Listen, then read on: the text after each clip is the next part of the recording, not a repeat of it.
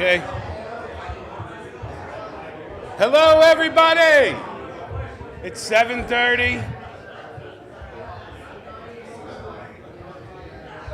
Hello.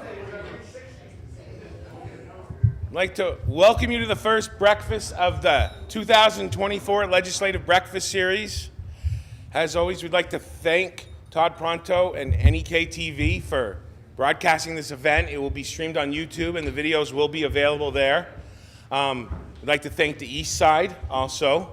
And we would also like to thank any members of the media, if they're here, and especially the legislators for coming down and making this trip and talking to us all. This breakfast is being sponsored by Newport Downtown Development Corporation, and I'll give you Rick Chase here to speak on their behalf for a couple minutes just to start the meeting. Thank you all. Good morning, everyone. Thank you, Dan. I'm Rick Chase, Newport City Downtown Development, and we're really pleased actually to co-sponsor this breakfast, which this is now our second year to do, and grateful to Dan and the folks who put it together. And I just wanted to give you a quick word about Newport City Downtown Development because this organization is changing rapidly right now. We're going through a lot of expansion. We've got all kinds of projects going on basically in three areas. One is what we call destination development and promotion, and so that includes things like creating the Winter Saturday Dance Series that's going on, and anything that will draw people to downtown Newport. Second area is design and welcome. So how do we make the city feel more welcoming and just make it come alive and vibrant? And right now we're working on a project with the North Country High School to do a series of 10 sculptures that will go up in downtown Newport in the next few months. And then the big area that we're really pressing on right now is all around economic development. A couple of things going on there. We purchased the house on the corner of Union and East Main that all of you know because it's the busiest corner in the county as far as I can tell. And we've partnered with North Country Career Center, and their students are doing the remodel on that house that we will then turn over and do another project hopefully with them following. That's all actually coming with state money that was appropriated a year and a half ago to support workforce development and CTE live learning opportunities. So we're really pleased to be a part of that. And then the last area I'll just mention quickly is the Economic Development Task Force that we've put together with about 7 or 8 local downtown business or business-oriented folks who are looking at long-term economic development strategies for downtown Newport, very much in connection with the city, the staff, and the mayor and the council, saying what will it take for us to actually develop public infrastructure that will allow the development of the downtown in the long term. And that group has 7 or 8 members on it, including Dina Gray from here at Eastside, some really great folks who are thinking strategically and trying to get educated. So we're thrilled to be coming alive again in this way. This organization's done a lot of great work in the past, and the pandemic hit that one hard like everyone else. So we've been rebuilding for the last couple of years, and grateful to be with all of you this morning. Thanks so much for the opportunity.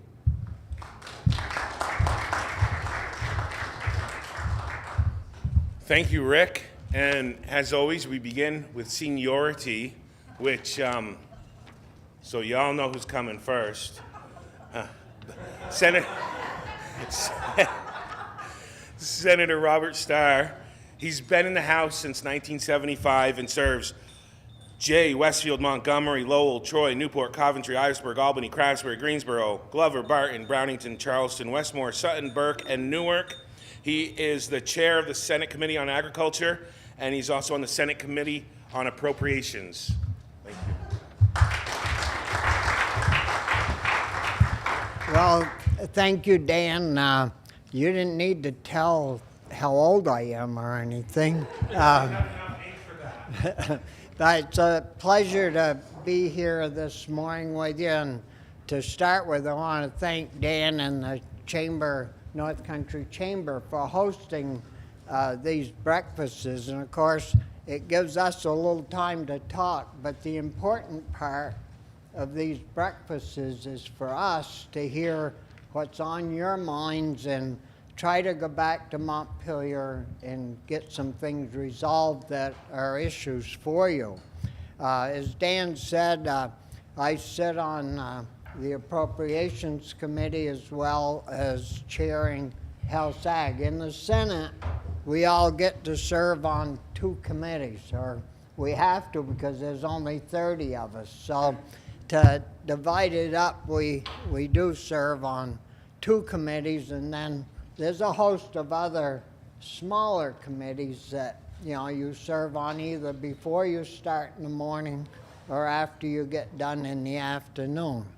But the first part of any legislative session, whether it's the first year or the second year, is getting reoriented, getting back into the swing of things, because we've been home for 8 months or so, and so like on the Senate Ag Committee, the first thing we do usually once we get rolling is to get the Secretary of Ag in, hear what has happened to issues that we passed last session, how they're working out, how they're going, and things, the flood issue of last summer, and then we had all that rain again later on and took all the snow away. And the big issue on ag is getting these manure pits, which most farms have now, the rainwater out of them. 70% of the water, 70% of the sediment in there was rainwater, but we've got several large farms, well, quite a few in our area, and so they had to get the manure pits down and spread this fall late. Well, it was in December actually, and but that's all going now pretty well. Milk prices are not good, but with the federal DMC program, I don't know if any of you are familiar with it, but the federal government, USDA, set up a program to offset the cost between the milk price and the feed price. And what we did last year in Montpelier was we said to these farmers, milk prices aren't going to be that good, so if you'll sign up for that program, we'll pay the premium. So we spent a little over $1 million covering that cost of the DMC program, but in return it brought into our economy almost $27 million. So, it was a pretty big return for the investment, and when you have farms in your area, that money is usually spent locally within your area, and it makes the economy, of course, all go better. On the Appropriations Committee, we're a pretty conservative bunch over in the Senate compared to the House, Woody. And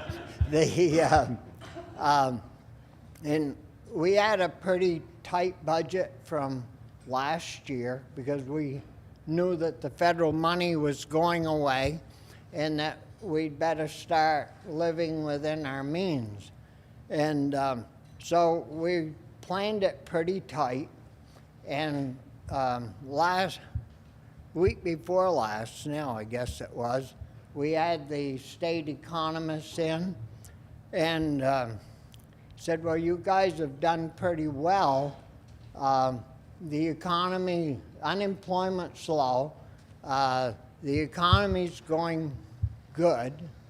The food, the 3 things that they said that were causing us grief was fuel, food, and housing.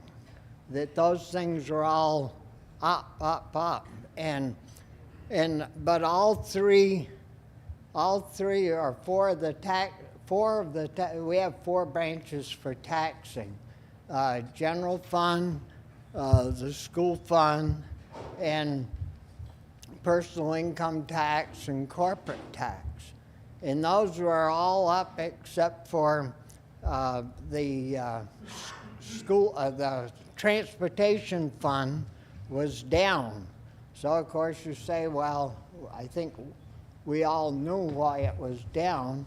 And that was basically because the price of cars were high, the inventory was low, and cars cost a lot. So, but they projected that would come back alive this year, and that we should be in good shape come the end of the year with a balance of about $35 million in the kitty. And so I'm going to have Woody speak to this when he gets up here. But this past Thursday, I think it was, the House always does the budget first, and then it comes over to the Senate. And we ran through it Friday afternoon, and it seems like the $35 million is all spent. And I'll have Woody talk about that, because luckily we have two on the Appropriations Committee, one in the House, one in the Senate. And Woody is on the Appropriations Committee in the Senate. A couple of things that are of concern that I think we've got to really pay attention to for our area, and that's our healthcare system.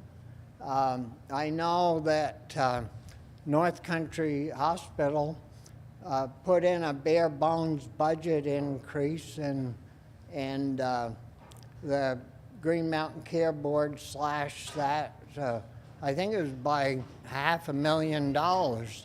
And you know, the hospital is, speaking of the hospital, is very, very important to all of us, and especially those of us that are getting a little age on us.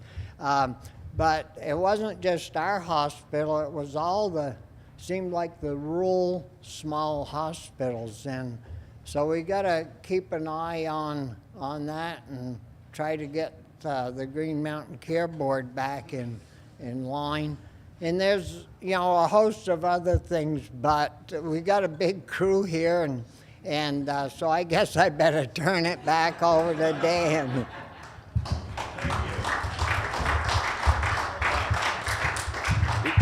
Even though some things change, some things stay the same.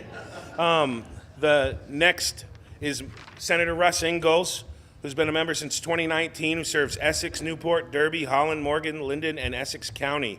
He's a chair of the Senate Committee on Institutions, and he's also on the Senate Committee on Transportation. Thank you, Dan. Thank you to the Chamber. Thank you for everybody for showing up. I like to see the bigger crowds. It means people are interested in what's going on, and I think that's a very important time in government right now, to make sure that everybody's aware and everybody's here and everybody's engaged, and so we appreciate that very much. You know, it's not a lot of fun to come here and keep on seeing, you know, the same few people, and so the new faces are very welcomed. And so Bobby's got us off to a good start. You're talking about what's going on. I am a chair of institutions. That's all government buildings. We basically bond for money that the CDAC, which is a group that tells what our affordability level is. We're going to spend about $103 million this year in all of what we do in institutions, plus some cash. The cash is yet to be determined. Anytime you have cash sitting around in Montpelier, it kind of gets to be a little bit of a scrap, so we'll see how much we end up with. We are in institutions. We're working on a lot of flooding issues. We had Just in the site of the Capitol, we had pretty close to $500 million worth of flooding in the buildings that we had in the 21 buildings. So we're probably not going to handle a lot of that funding. We're starting to put some monies away. The governor has put in the big bill in his budget monies to take care of that. The good news is that we have 4 insurance companies and we have FEMA. So, but I think you probably can expect to see before it's all said and done about $100 million worth of monies. They have $60 million identified right now that would be used to match to gather those funds from those funding sources that I mentioned. But so we're probably just kind of park some money away before FEMA gets through their process. FEMA really doesn't allow you to do much until the very, very end, and they approve the plan, and off we go. Locally, we are looking at a new courthouse at some point in time. I think we have stopped the idea of them putting it in what we don't like to call it the hole, but everybody else seems to like to call it the hole. And the reason why we've done that, with the help of the mayor and on my local delegations, we really don't want a non-taxed building in that space at some point in time. That is our biggest revenue, our biggest, brightest jewel on Main Street. We've done our repentance with having the state building there. Very, very attractive building. Nice to have it. It is kind of a condo unit. We do derive some taxes from it. But we want to be careful about using up the best space in our communities to put a government building that we're not going to collect tax from. So we're working pretty hard on that. There's some rumors, and we're starting to look around that the state might not want all that waterfront. And I just think that we need to be very mindful of that. Anytime that we have a chance to grab waterfront back, that we ought to be looking at that. We can come up with our own plans, our own visions, public area space, access. Everybody should have the right to be able to get on the water in any way, shape that they can. And really kind of looking around in those areas, so we're watching out with that. As far as transportation, we are looking at another $875 million budget. $326 million of that comes from the state. The rest, $478 million, comes from the Fed. So that is a fund that is pretty much more than half of the monies comes from the federal government. The focus is still on infrastructure. We have for over 11 years now spent over $100 million on paving. Last year we spent 140. We're down to $130 million this year, and that's still a vast amount of money. I wouldn't be surprised that with the inflation taming a little bit, that $130 million probably does about what $140 million did last year. Again, we're up on bridge repair. We're putting more monies back to the towns so that they can catch up on some of their projects. So we're kind of humming along there. The 3 things that I'm really most mindful about coming into this session is public safety being one. Affordability in our state. We just got to make sure that we can afford to live here. There's so many people. There's so many people that are. I mean, let's face it. 75% of Vermonters are paycheck to paycheck. That's the way it is. We don't like to admit that, but I think it would surprise you. It would really, really surprise you. The people that are struggling. Sometimes appearances don't tell the whole story. And then we have to be really, really mindful about the people that can't advocate for themselves. I've done very well in life. I'm very, very fortunate that I have. But I think my eye-opener was the other day. Last weekend, I went to the grocery store, and I was shocked. I mean, I know we go to the grocery store and all that, but I was just shocked. I was shocked about the cost of what I saw. When you just go down through there over and over and over and over and over, we just got to make sure that we don't price our people out of this state. And that's a very, very, very big concern. Public safety, this drug epidemic that we have going on. I mean, they think they want to cure it with free injection sites and stuff like that. I mean, we just gotta get a handle on this. I'm sure the hospital would be very, very thankful not to have as many visitors as they have. All through life, I mean, you just go and this drug problem has affected every part of our system of living. Just talking the other day about with the folks that came in from all the public transportation. People in the Chittenden County don't even want to get on the bus. It's dangerous. So we just have to keep a really good mind on that. Housing, very, very big. The governor, it was pretty hard to figure out really kind of what was going on. The governor gave some numbers. 28,000 people, 45 to 65, have left our state. We have 16,000 fewer kids in school, and that sounds like a great number. I said, okay, well, we have that many people leaving the state. We should have plenty of housing. But 48,000 people over the age of 65 have moved into our state, and those numbers are all in the last 12 years. So we have to be very, very mindful on housing. We have to keep it going that people can live the American dream by going from renting to owning. The vast amount of wealth in our nation is created by people owning their own homes, and we have to do everything that we can do to keep that dream alive. Other than that, it is a big day. It's always nice to end before we get a hook. And I want to throw one last plug out there. I kind of sent a letter out the other day.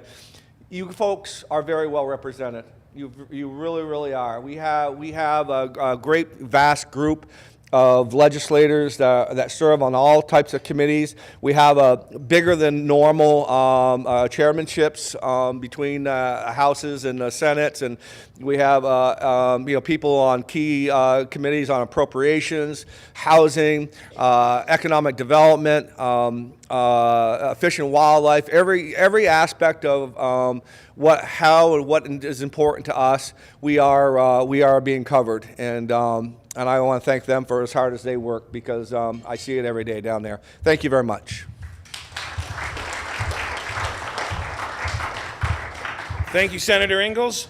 Next up is Representative Mike Marcotte, who has been serving since 2004, and he represents Orleans, Lamoille, Jay, Westfield, Lowell, Eden, Newport, Coventry, and Irisburg, and he is the chair of the House Committee on Commerce and Economic Development.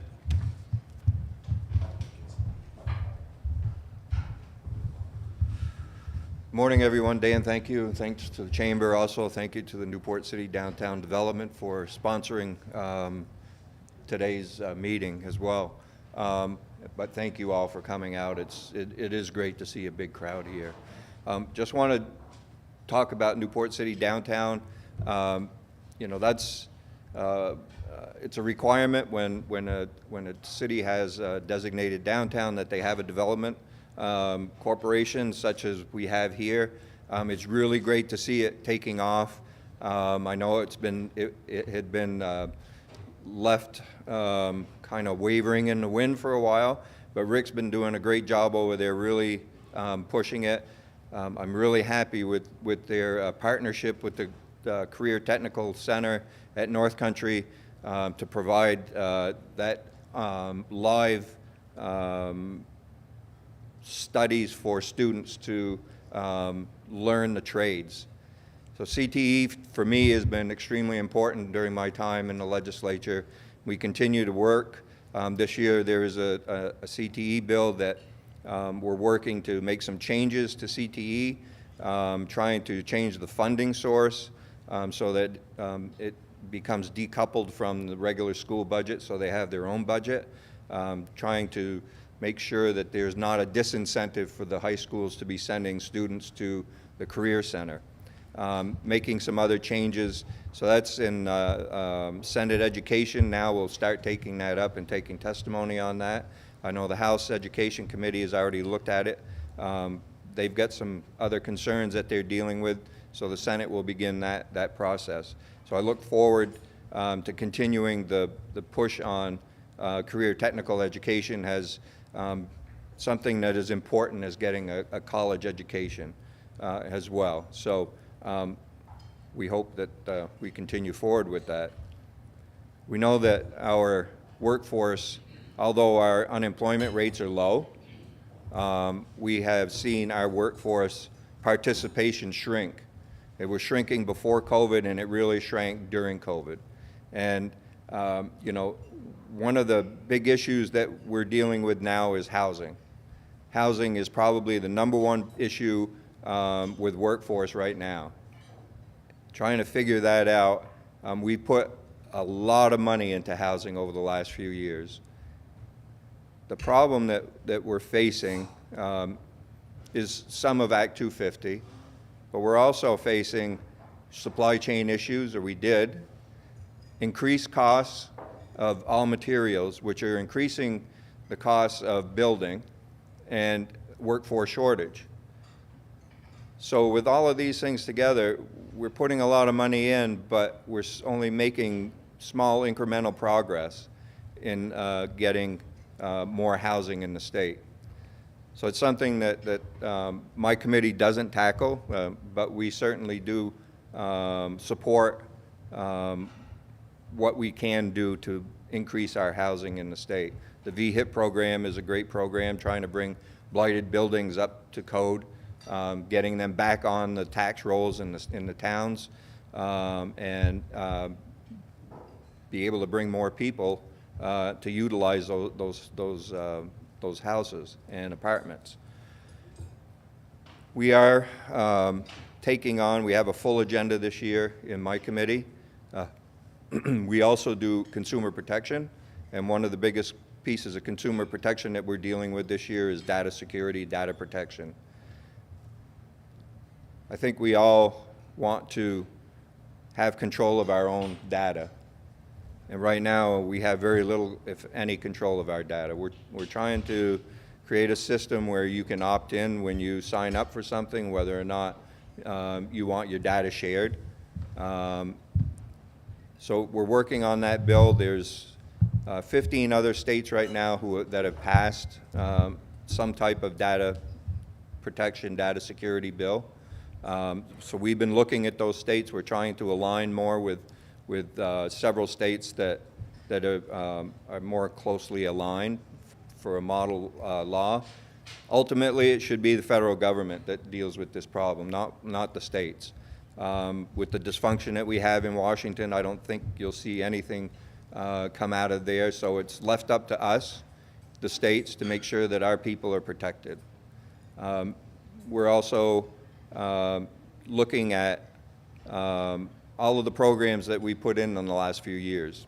So Friday, we held a hearing with our healthcare committee, trying to look at all of the nursing programs that we put into place to try to get more people into the nursing field, and also as we train them to keep them here in Vermont so they're in our hospitals. We're starting to see some progress there, so we'll be looking and working with our appropriations committee on how we can continue those programs, because a lot of them we started, they're pilot programs. If they're working, then I think we need to appropriate more dollars to get more nurses into the medical field. So with that, Dan, I'm going to turn it back over to you, and hopefully we have some time for questions. So thank you. Thank you.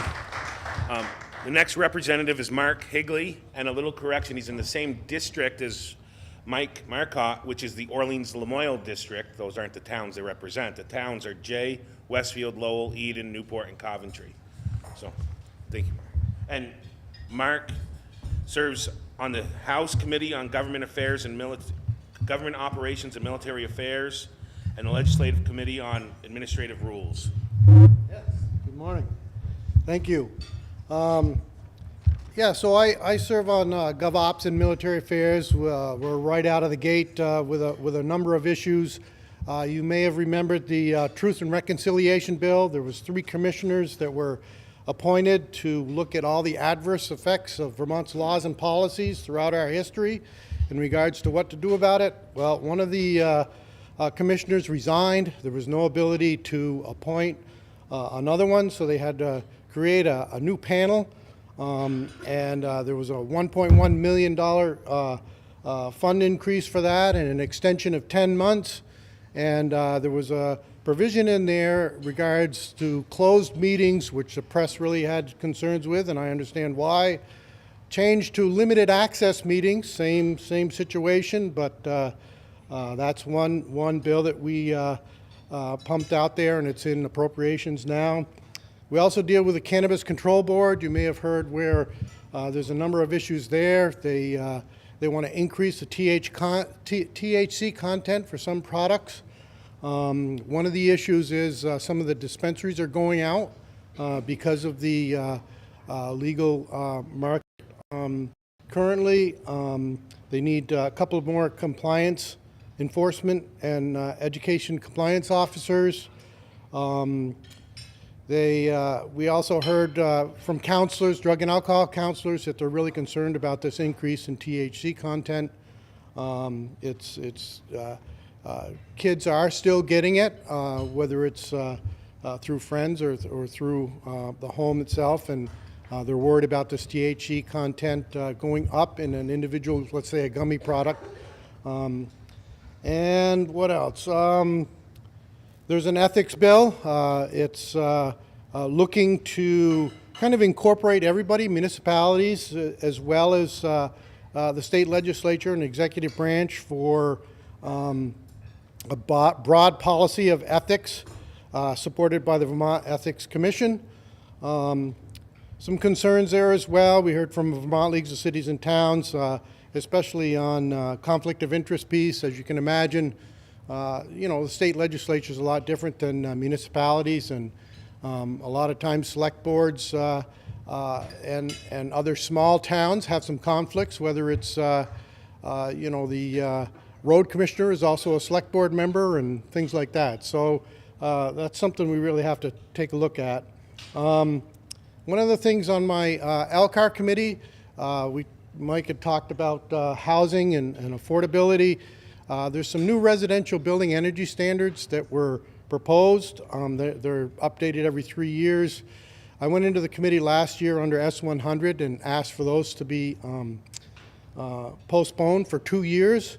It didn't happen, but then it came through LCAR, and LCAR had the same testimony from different home builders and so on, saying that these new residential building energy standards could increase the cost of a house between $18,000 and $28,000. So we were able to postpone action on those until July. There was a study committee throughout the summer on S100, which again, for me, is a real concern.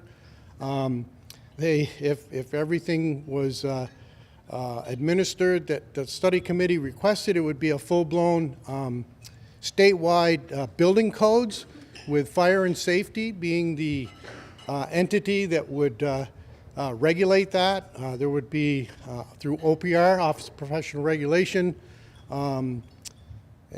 certain certifications for contractors under the residential building energy standards. And again, I can see a huge cost there increase. And again, there's nobody here from the Education Committee, so I just wanted, this is from Scott Beck, and there's been a lot of questions about why that 18.5% increase in education funding could go up. And so he's on the Ways and Means Committee, and it's a laundry list of the large increases. Universal Schools meals added $28 million. Healthcare premiums went up 16%. Very high staff ratios. Inflation on everything else. Student weighting changes. Failure to fully implement special education reforms from 2018. Increase in pension costs of $10 million. Collective bargaining agreements. The retention of school positions being funded by one-time COVID dollars. High capital construction costs. A cap on district rates that has encouraged spending, and a consumption tax growth that has returned to 2%. And then we just, through the Budget Adjustment Act, there was an additional $13 million taken out of the Education Reserve Fund to pay for retired teachers' COLA. Back in 2016, it's tied to the Consumer Price Index. The Consumer Price Index was low enough that there would have been a negative COLA for that year. We negotiated that wouldn't happen. There was a cap put on it as well. Well, there was supposedly misunderstanding as to the cap, because now this Consumer Price Index is really high, and that cap would have made it around 2.5%. They wanted 3.8%. So again, we changed the rules around that, and that's where that additional 13 million, 3 point something million last year, 9 point something taken out this year. But So anyway, I'll end it there. There's certainly a lot more than this going on, but I appreciate it. Thanks.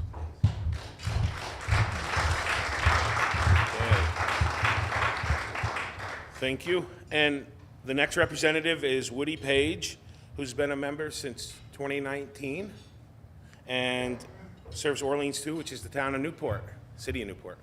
And he is on the House Committee on Appropriations.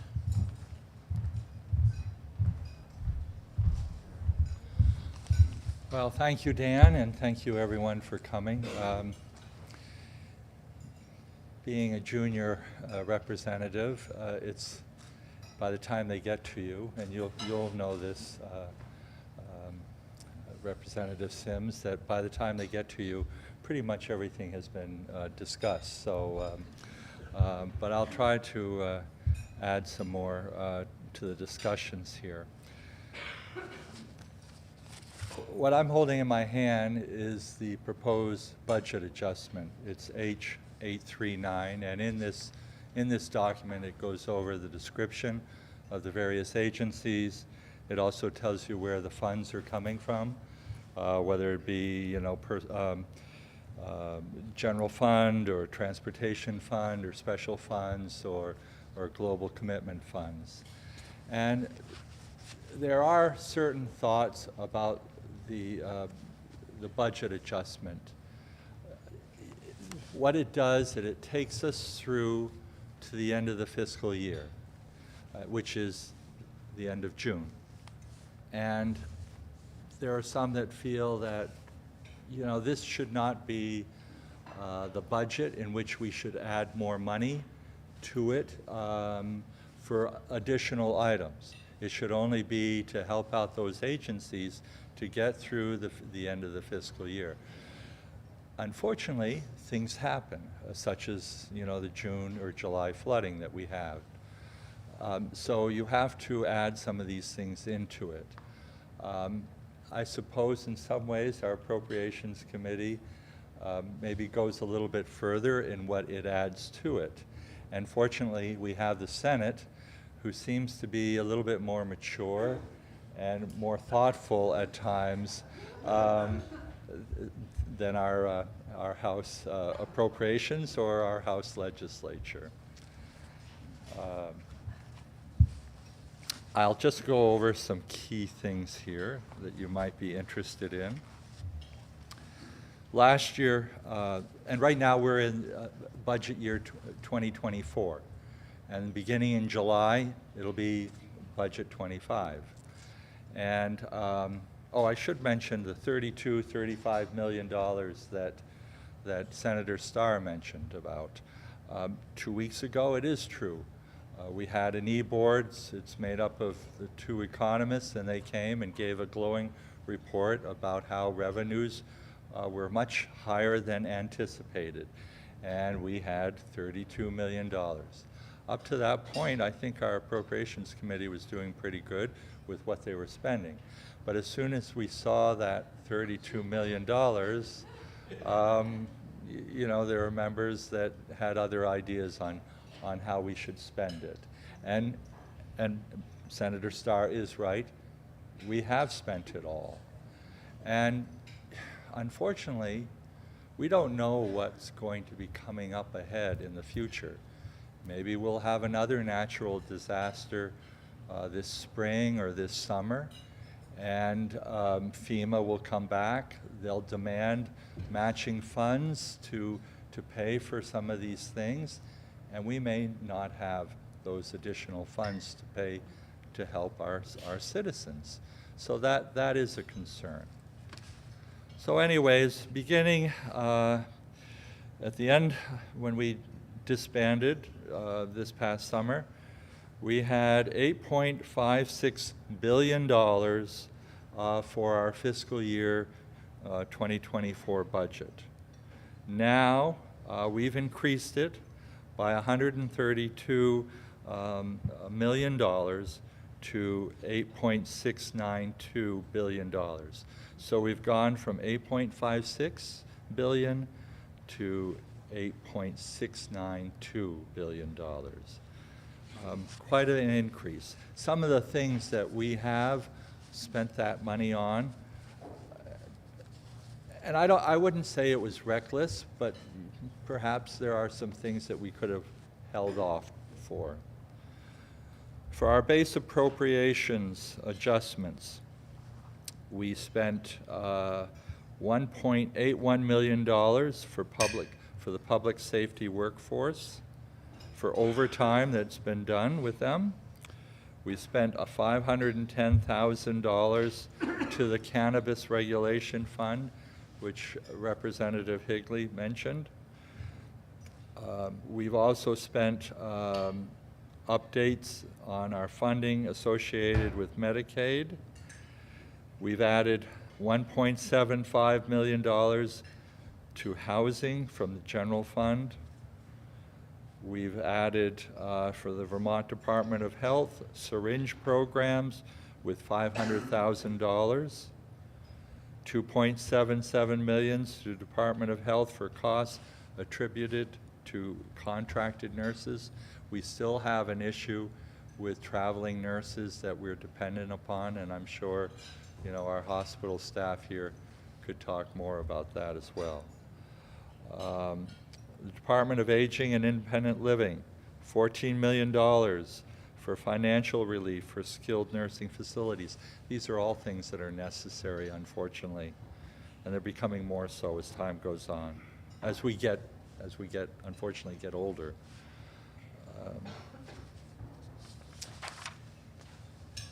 Flooding, okay? We added $30 million to the Secretary of Administration for FEMA matching funds for costs incurred due to the July flooding event. We transferred $6 million from General Fund to the Emergency Relief and Assistance Fund as our state contribution to local match funding for FEMA public assistance. We dedicated $10 million to assist municipalities impacted by the July funding. We committed $5 million of ARPA funds to municipalities impacted by the July flooding event. So all these things, as I said, are necessary. Housing, another critical issue. We've added $13.2 million for general assistance emergency housing, and we've provided language to cap the rates that DCF can pay for hotel and motel rooms. This is another thing that's crippling our state, and that is what we're paying, literally millions and millions of dollars on the hotel voucher program for those that are homeless. It's, you know, it's a tough spot to be in. You're damned if you do and you're damned if you don't. We do have to help our homeless people. It's necessary. But our hotel administrators are really, in some ways, putting the screws to the state by how much the state is paying for those hotel rooms. And what we've attempted to do is try to put a cap on it. There are some that say that cap isn't strong enough, and there are some that say it's too weak. Maybe we're somewhere in the middle. We've heard testimony from other areas of the state, such as, oh, I'm sorry. Okay, so I'm done.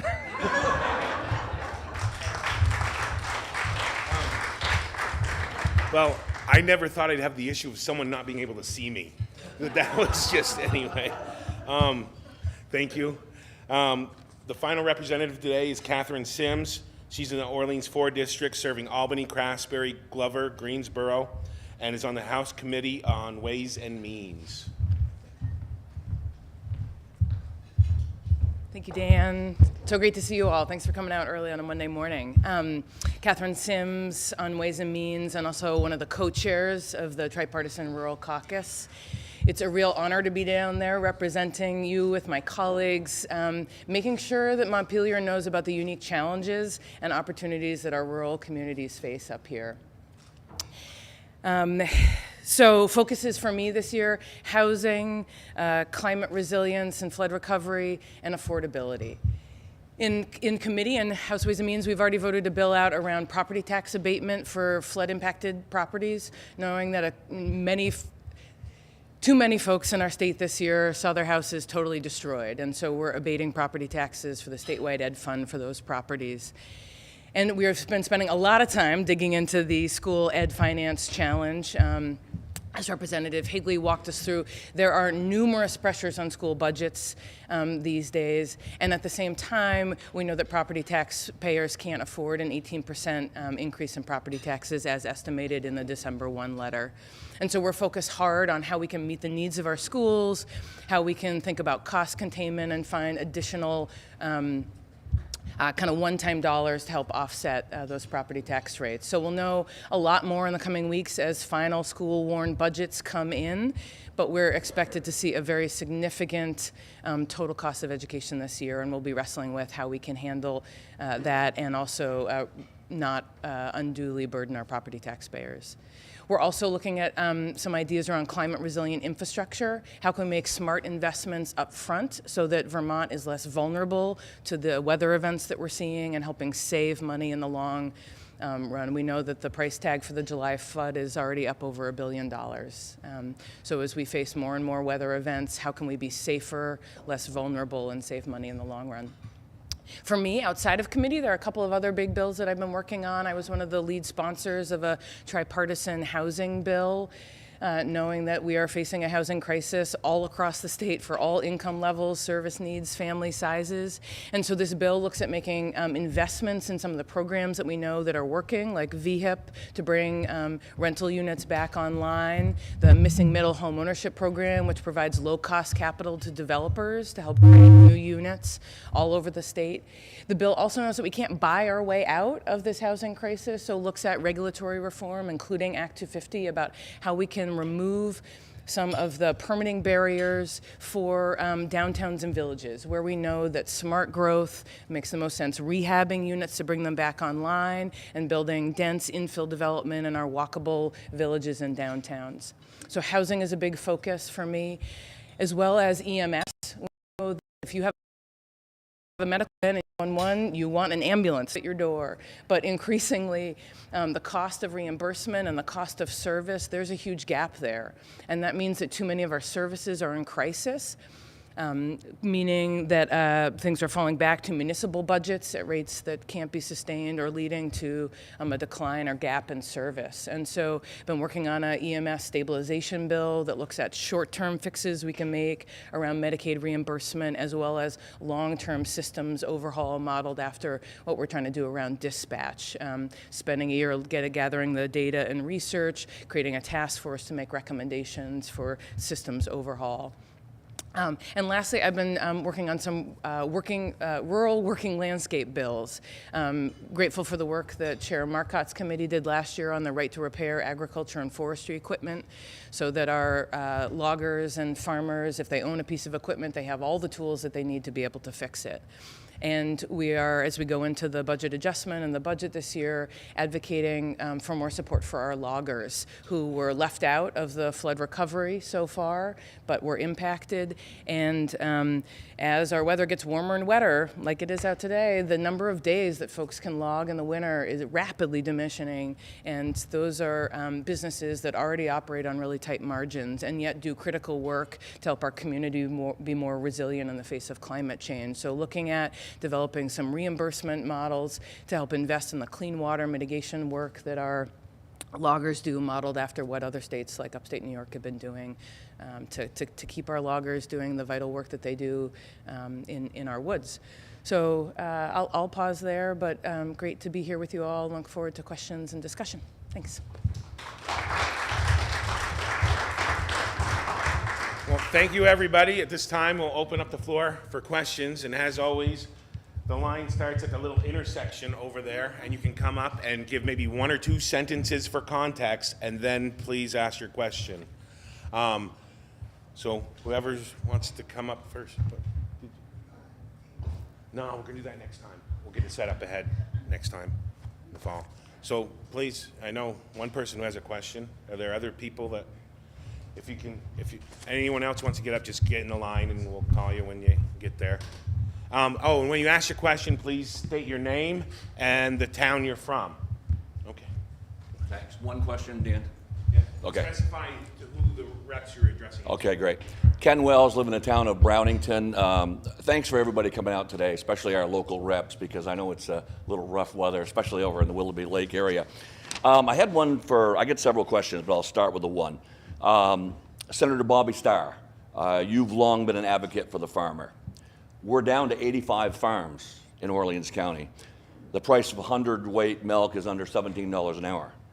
We pay $6 a gallon at local mini-marts for milk. Where do you see farming in the next 5 to 10 years, Bobby? And are there any bills in committee that are going to give some help to the farmers?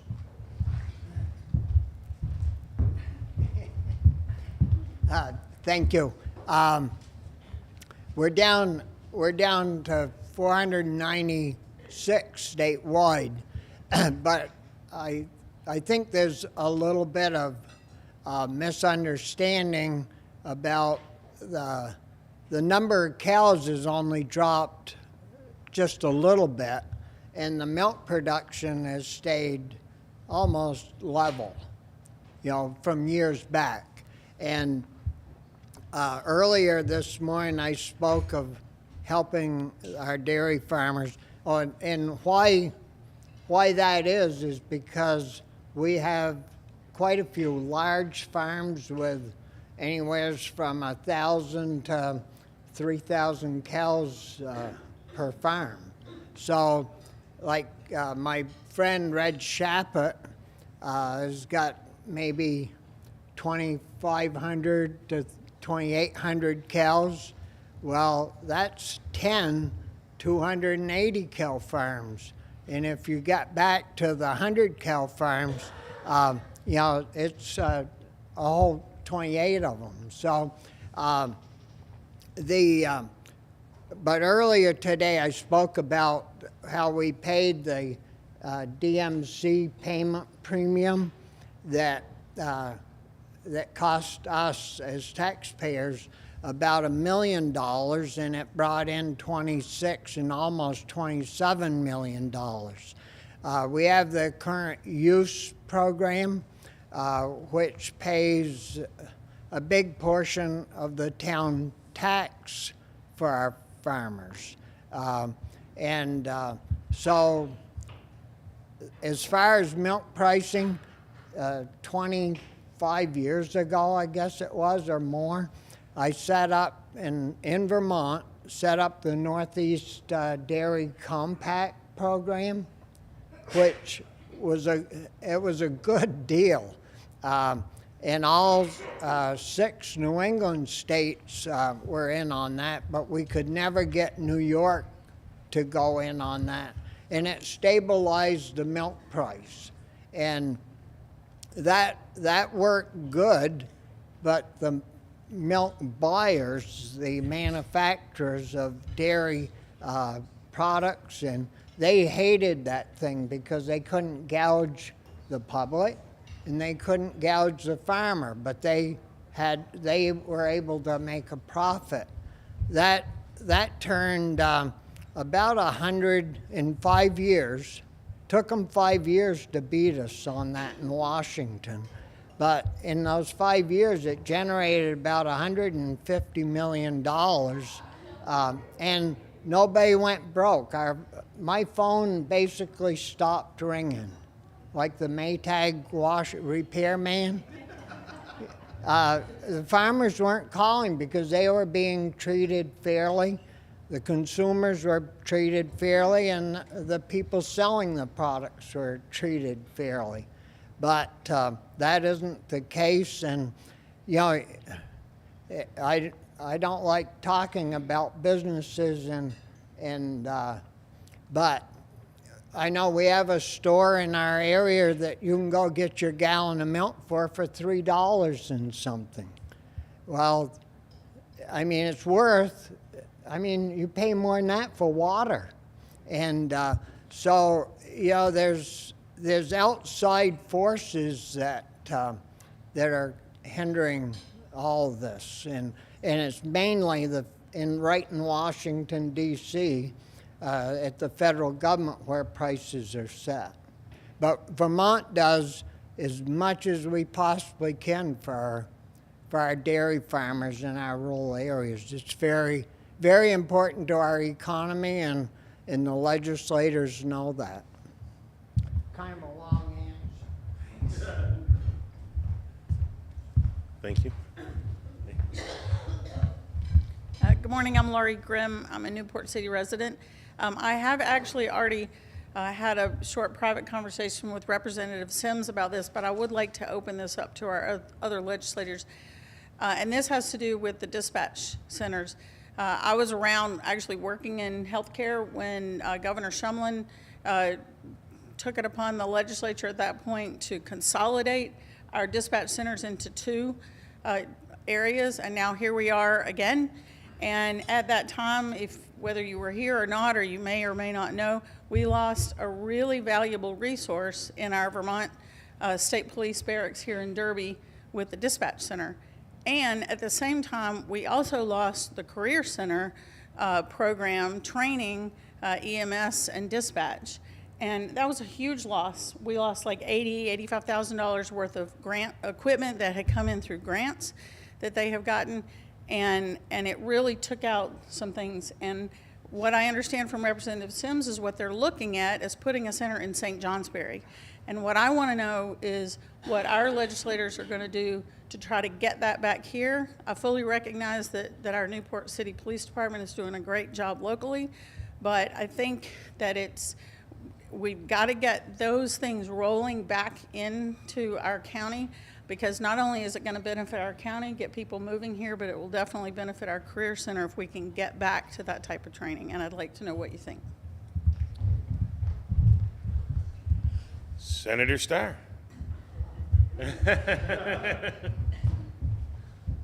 Well, the dispatch center at the state police office, I don't know if you worked there or was part of it or what, but we had some serious problems keeping help calling out, and that wasn't just happening in Derby. It was happening all over all the dispatch centers. And I'll tell you, the employees that worked there didn't help the cause any of keeping that dispatch center. I've sat on appropriations for quite some time, and constantly they'd be down there wanting more pay and complaining about the hours, and of course it wasn't just us, it was the transportation committees and everybody involved. And the state came back and said, look, we'll bring some of these people into one central location and it'll work better. Well, I didn't support that. I thought we should straighten out the situations that were not working well within our own areas. But in the end, they moved it all to Chittenden County, and total disaster, and as far as I'm concerned. And a lot of the fire departments and EMS people, Newport was good enough to set up a system. And I haven't heard one complaint from any of the firemen or the EMS people from the way it's being handled at the present time. So I don't know. Catherine might know more about this than I do, because over on the House side, but I really question whether it'd be a good idea to bring it back to the state police barracks because of past experiences. Senator Ingalls. And just so everyone knows, they're to-go containers. All the food has to be taken home by somebody here. So to expand on Senator Starr, you will not see the state expand any type of dispatching, none whatsoever. The state is going to get out of the dispatching for a lot of the same reasons as Senator Starr said. Newport has been a shining example of what's, how to dispatch. I can tell you that I've been involved in the Essex County because they have some dead zones over there. I've actually, in working with Shanine's office, Northern Borders dispatching over there are doing a good job. They handle the vast majority of dispatching. They have one blind spot. They're working to get a tower up on Mount Monadnock. They're in a little bit of a conundrum with Leamington, who owns the tower, because they want 4 times the amount of what this dispatching group is spending on 8 other towers. So that's a little bit of a rub.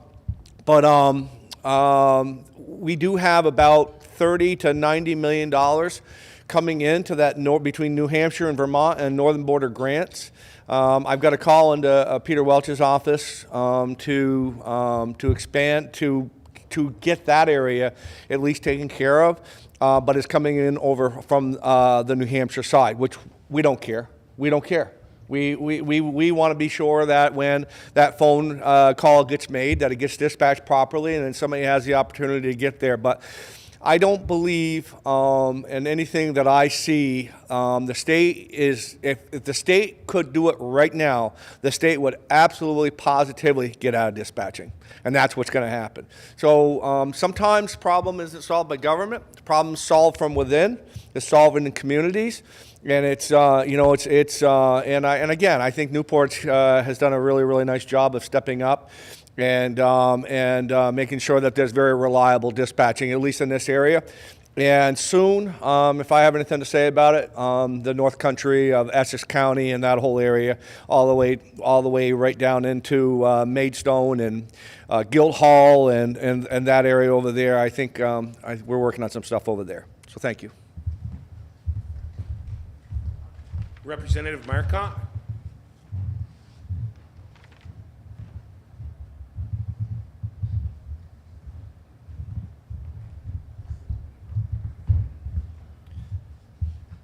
So back in 2015 or even before that, my committee at the time dealt with telecommunications and utilities, and I was involved with the dispatching issue that was beginning to happen. So time for what were called PSAPs. So they were call taking 4 places around the state. There was Derby, Williston, Westminster, and there was one more, Rutland. So it was becoming evident that this PSAP was well functioning, doing a good job, but the state needed to get out of the business of dispatching. They were doing the 911 call taking, but they were also dispatching for not just themselves, but for other agencies as well. So it was determined by then Public Safety Commissioner Keith Flynn that we needed to close Derby and Westminster. And we fought pretty hard to try to stop that from happening because we knew that if you're dispatching, you need local people to dispatch. We were told, no, that's in this day and age, you don't have to worry about that. That's all taken care of. Williston can handle it. Well, we found out how well Williston could handle it because they were dispatching Newport City when there was something going on in Newport Center. Didn't realize where people lived. It was a mess. Fortunately, the city of Newport Police Department began offering a dispatching service to the local area EMS and ambulance service, fire departments, talking to the towns. One problem that was encountered was that the state was offering that service of dispatching at no cost. There were a few municipalities that were paying for it, but not all. And up here, no one was paying for it. How can we ask a municipality in our area to now pay Newport City for dispatching when they're getting it for free, even though it wasn't the greatest service. And so I think things have been evolving even more where Newport has taken it up. I don't know what the plan is for St. Johnsbury. I don't know if that's a 911 call taking center outside of what dispatching is, because they're two distinct things that happen there. So I think we need to understand that. If it's another PSAP, another call taking for 911, then I don't have a problem with that. But Newport City has invested a lot of money into their system, and they're doing a really good job, because I haven't heard anything either. So we'll continue to take a look at what's going on there and how do we develop a system that works for all of us. Representative Higley? So the current Public Safety Commissioner has come into our committee, GovOps, a couple of times talking about the work with the task force. It appears that there's an additional $9 million of a federal grant. There's concerns around what that money can be used for. We just changed some wording regarding that to make sure that the task force has a say as to how and when that money can be used. They really don't want to initiate even pilot projects until they know for sure, what's going to work and what's not going to work. Again, they don't want to invest this money and find out it was the wrong move. So it's a slow process from what I see. Representative Page? I will just say we have a good program, and why get rid of a good program when there's nothing wrong to it? So of course I'll support it. So Representative Sims has stepped out, but we'll go with the next question. And there's 8 minutes left for everybody.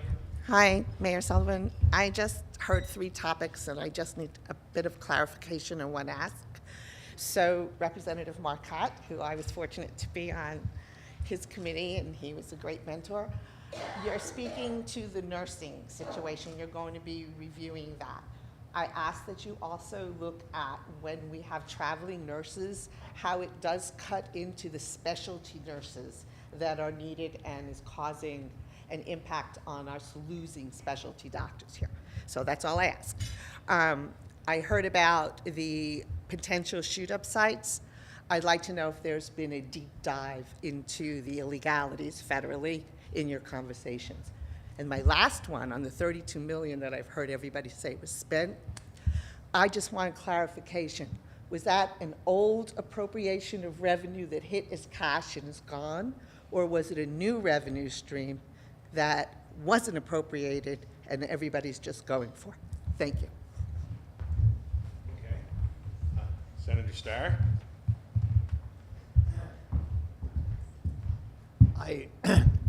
I didn't follow you too good, but are you talking in regards to the supplemental budget adjustment? Yes.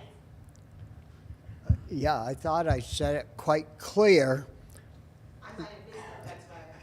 that the revenue projections were 32 to 35 million of new dollars.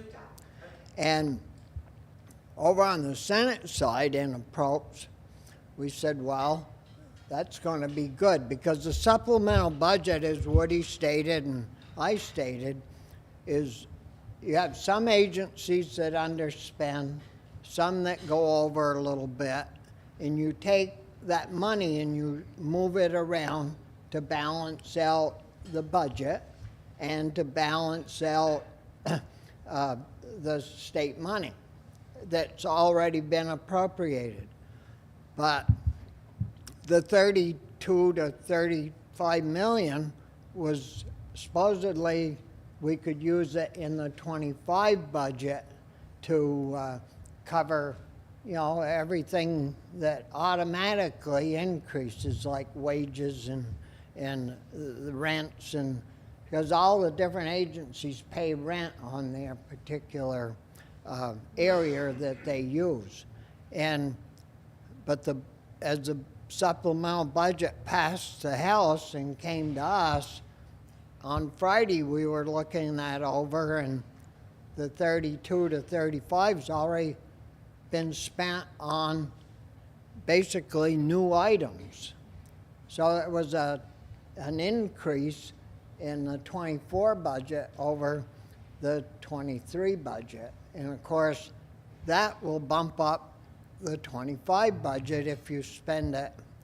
So, but there was quite a few one-time items in there that would disappear at the end of the year. So the money's proposed to be spent, but I don't think that's going to fly very well over on the Senate side. It may, but I don't think it will. The other issue you had was visiting nurses. You know, in some way, we caused some of that ourselves. Maybe 5 years ago, it came to us that, well, we should take our nurses' licenses, and so that you would have reciprocity with other states, and then we'll have these nurses come from out of state to supply our shortage. And it really sounded good. I mean, you know, we could get a few from New Hampshire and they might get a few from us, but Vermont's a nice state to live in, so we thought that we would get more than we would lose. Well, you know, the guys with all the brains that don't work but think said, well, we'll set up this Visiting Nurses Association, and golly, the nurses can move anywhere they want and we can jack the price. And, you know, it's cost our hospital, I don't know, Tom told me, but I am on the board at VNA, and it's cost VNA about $1 million. So the hospital's probably $2 or $3 million, and it, I've only got a couple minutes left, so I just wanted to give anyone else a chance to chime in. okay, but it's not a very good deal.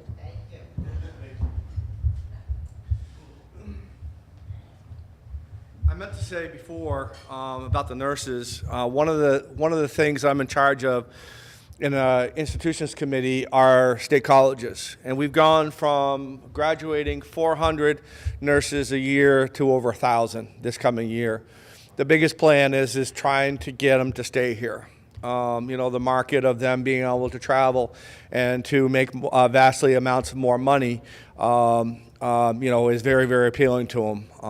I know I have people in the business, you know, friends that have kids in the business, and they've gotten right into that traveling nursing part. But the state, with the colleges, we should be up over 1,000 graduated nurses this year, next year, and so we have a big emphasis on that. So hopefully that will alleviate some of that. I'm not going to talk about the budget. I will say about the injection sites. It has worked nowhere in the world, nowhere in the world, nowhere in the world, nowhere in the world. In fact, it's turned any of those sites into open-air drug markets. Portland tried a drug-free zone, injection site zone. Portland, they shut it down. It's been passed in 4 states or 7 states. There's only New York has one going, and it's been a big disappointment. And California actually passed that you could have injection sites, and the governor of California was smart enough to veto it. So safe injection sites, if it comes to your neighborhood, really just say no.